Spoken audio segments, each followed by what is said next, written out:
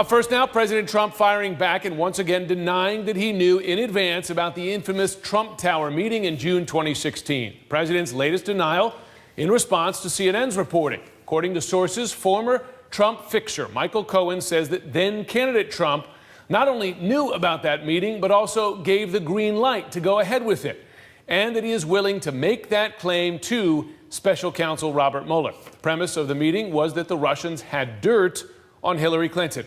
Earlier today, the president tweeted the following, quote, "I did not know of the meeting with my son, Don Jr. Sounds to me like someone is trying to make up stories in order to get himself out of an unrelated jam. He even retained Bill and Crooked Hillary's lawyer." Let's bring in CNN White House correspondent Abby Phillips. So Abby, as this story broke, you've been speaking to people in the White House. What has been their reaction to this? Any nervousness behind the scenes?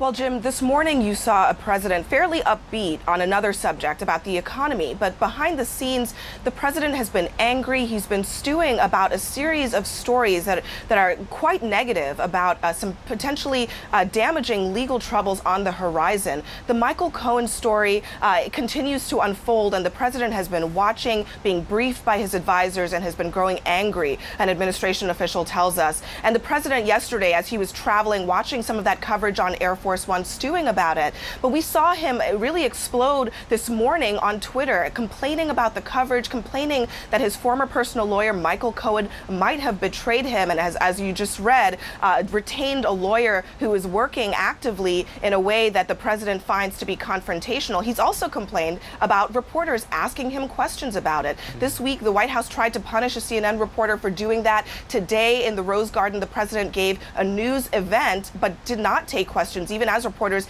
asked him about some of these very issues. The president clearly agitated about a series of stories that he thinks is stomping on otherwise good news on the economic front that he would much rather tout, Jim. Yeah, not the first time he's complained about reporters or about former staff. The White House, as we were reporting earlier, had postponed the invitation for Vladimir Putin to visit Washington, but now today Putin says that he's in fact ready to come to the States and reciprocate with a visit to Moscow. I'm just curious, who is running this show? Is the White House in control of this? Is Vladimir Putin surprising the White House with these public statements?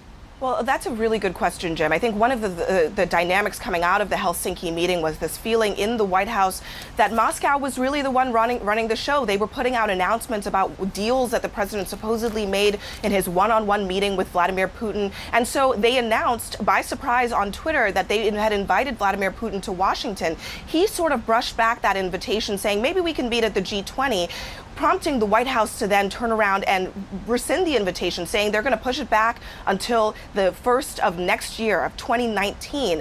Now we're hearing from Moscow again that Putin is ready to meet either in Washington or in Moscow with President Trump. And Sarah Sanders issued a statement through the press pool this morning saying that President Trump looks forward to having President Putin in Washington after the first of the year, and he's open to visiting Moscow upon receiving a formal invitation. The White House here clearly trying to keep relations warm, but there is tension, obviously, in this back and forth about when a meeting can happen feasibly between these two leaders. And frankly, here in Washington, the prospect of Putin coming to the United States just before a midterm election was not warmly received. So the White House is having a little bit of trouble back home, making the environment something that would work for them in order to have a productive meeting with Putin in the United States, Jim. I imagine that. A Democratic senator confirmed just yesterday that she was the subject of an unsuccessful attack from Russia in an election year. Abby Phillip at the White House, thanks very much.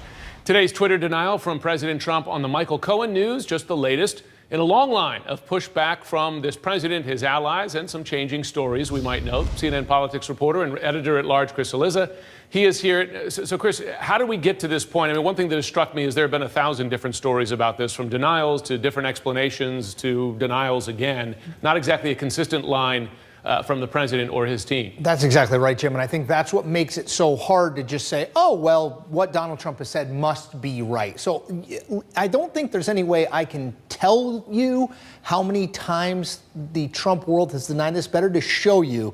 Let's play some sound of the many denials. I am going to give a major speech on probably Monday of next week.